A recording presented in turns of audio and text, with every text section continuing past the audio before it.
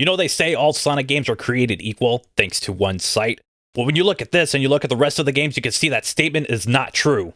You see, Sonic fans? The numbers don't lie, and they spell disaster for any new game at release. That was a weird way to say, hey everyone, welcome to a brand new installment of Sonic Without Defeating a Badnik. A series so resilient, it survives a rebrand. Just a quick heads up, there's going to be an update about these videos at the end of the video. It's not going away or anything, but it is something I want to talk about without interrupting the challenge itself. If the intro confused you to no end, it shouldn't. Today we'll be taking a look at what a certain video game publication has declared the best Sonic game of all time. Not exactly, but it is rated a perfect 10 out of 10. Some of you might think IGN is the only publication to give it a perfect score, but the UK magazine CVG has a similar score of 5 stars. I'd make a Dave Meltzer reference here, but how many people are going to watch this for the pro wrestling references? Anyways, this game was developed by SNK for the Neo Geo Pocket Color, a handheld that rivaled systems like the Game Boy Color, and that's about it because Atari and Sega bailed from the handheld game market by then. I mean, there was also the Bandai WonderSwan, which didn't fare well in the handheld market either. It was released months after the release of my favorite Sonic game, Sonic Adventure. What's interesting is that this game is able to accurately recreate the classic gameplay because Yuji Naka and Sonic Team were supervising the production of this game. One more interesting note is that this is the first 2D game to include green eyes on Sonic. Now that we have all that out of the way, let's get to the rules. In this playthrough, I am not allowed to hit a Badnik, and doing so will force me to restart the act. I must fight bosses as they take multiple hits, can't be avoided, and are not Badniks. The challenge comes to an end when I either get to the credits or quit. Sonic Pocket Adventure draws heavy inspiration from the classic titles, most notably Sonic 2, as many of the zones are heavily inspired by it. And since there's not an option for Sonic and Tails, thank goodness, this should be easier, but I'm sure the bizarre aspect ratio of the system could prove to be a great challenge. With that said, it's time to answer the important question. Can you beat Sonic Pocket Adventure without defeating a Badnik? Let's find out. Neo South Island starts off with a familiar layout. I chose to damage boost through the mashers, but I'll find a better solution later. I stick to the higher path and come very close to hitting a coconut. I grab the power sneakers and I have a hell of a time with these loops. After that I hit the diagonal springs after 2 attempts, and almost hit a different masher thanks to this spring in the tree. It turns out Sonic can jump over the mashers, so it's easier to clear them. One corkscrew and... oh, right. Now the level is done. With the special stages, they're not great. To give credit where it's due, the devs made every attempt possible to make sure you're prepared for either the rings or the hazards, but this ain't it. At least I got the emerald. The smartest move I can make in Act 2 is to use the red spring, and from there, I used the power sneakers and enjoyed this awesome looking ramp that is very similar to Sonic CD. Seriously, the callbacks to other Sonic games is fantastic. After the side of Yellow Springs I almost missed, it's time for the Neo South Island boss. Oh, they don't have cool names. You know what? We'll come up with one. Because it's not that hard to fight the Egg, C, Ham, Mobile, and the zone is over. Look, it's Eggs, it's Ham, it's MC Hammer, all in one. And it's a 90s game. Cut me some slack. But if I haven't scared you off yet, Secret Plant Zone Act 1 starts with some high-speed fun. I went to the highest part of this section to get to the tube. It takes a bit, but I eventually have to damage boost through the spiny. I missed the moving platforms to go to a lower route, and it all leads to an upside-down spiny over a pipe. From there, it's one more brief platforming section, 3 loops, and the end of Act 1. Also, Emerald number 2. Act 2 begins with a bop, then a spiny I should have seen coming. I was pretty daring and jumped over the spiny in this hallway. Man, this zone looks awfully familiar.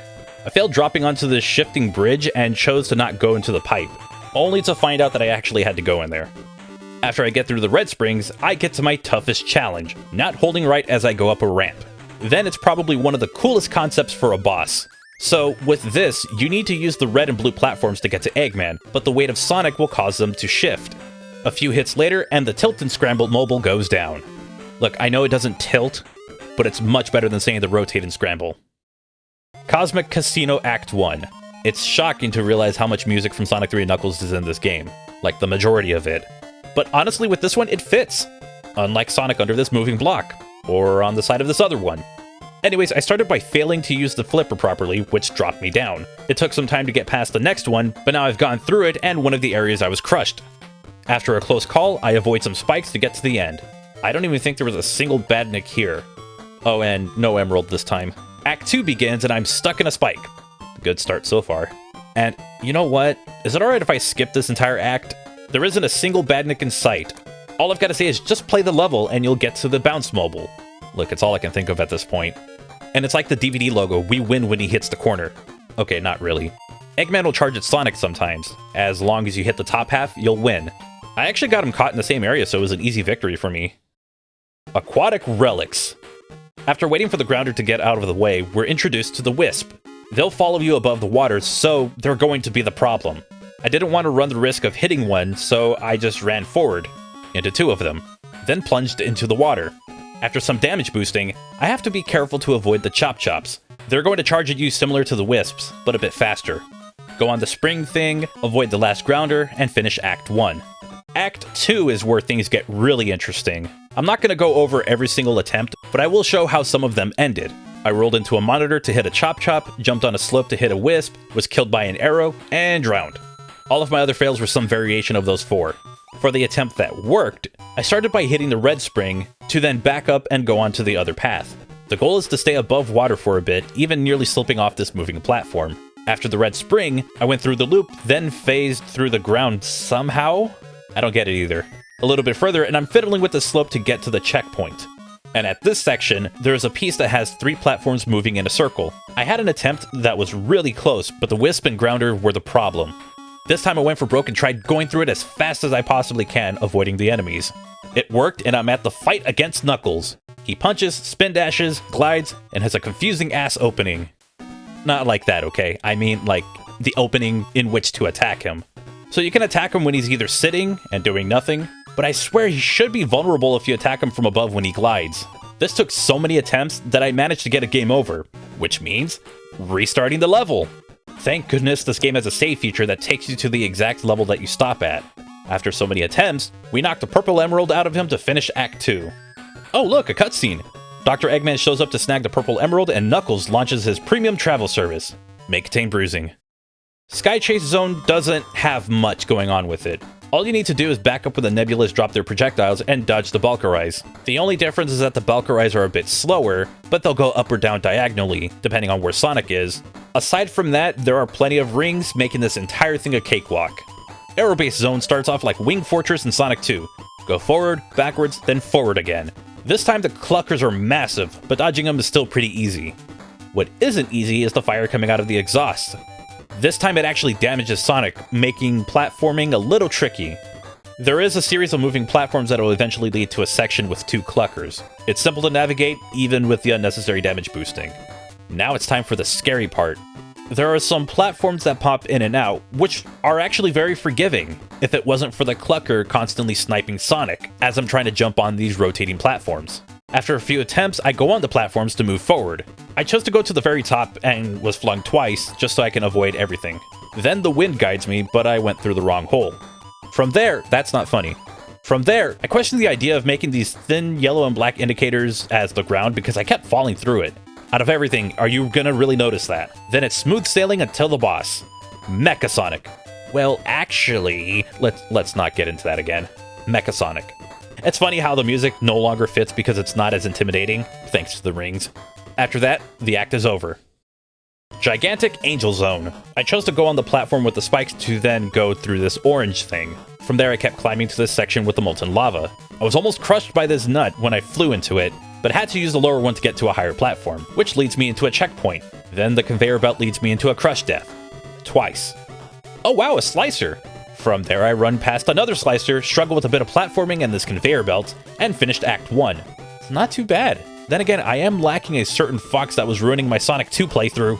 Sorry, just old memories, I guess.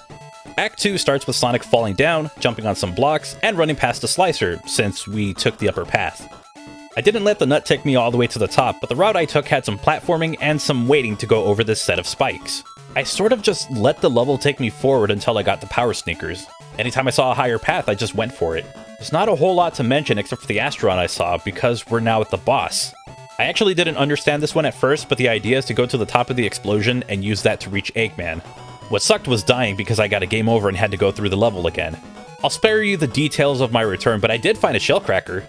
In the boss fight, it actually helps that Eggman will lower his machine so you can get a free hit. And after a couple of them, Act 2 is over. By the way, I kind of gave up on giving these things names, so let's just keep going.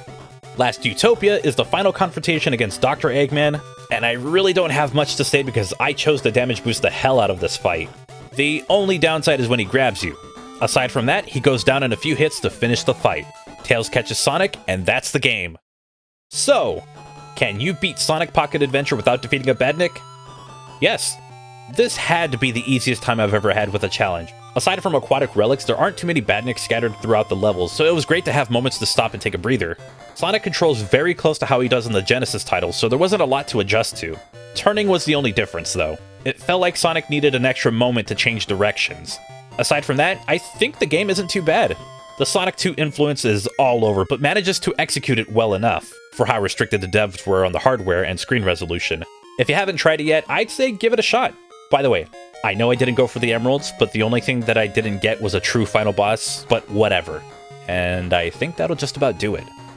Hey everyone, thank you for watching the video. If you enjoyed it, feel free to like, sub, and all that jazz. Maybe comment to help conquer the YouTube algorithm, but I guess I should be getting into the update mentioned at the start of the video. I have some plans for videos in this series, which is funny because I actually considered making the Mania video the last one, but nah, I'm gonna keep doing these. What I wanted to talk about were some of the videos that I really don't care for anymore, looking back on them. These would be Sonic 2 8-bit, Sonic Lost World, and SRB 2. There might be others, but these are the three that I can think of right now. If I can be transparent with all of you, it really felt like I was just phoning those videos in with how little research I did on them, the quality of it, and my plan is to go and redo them and do them justice and actually do them properly. So in the future, there's going to be new versions of these challenge videos, and when they're posted, the previous versions are going to be unlisted, as opposed to being deleted or privated, because YouTube will punish you for that. Not surprising, huh? Anyways, that's the update on it.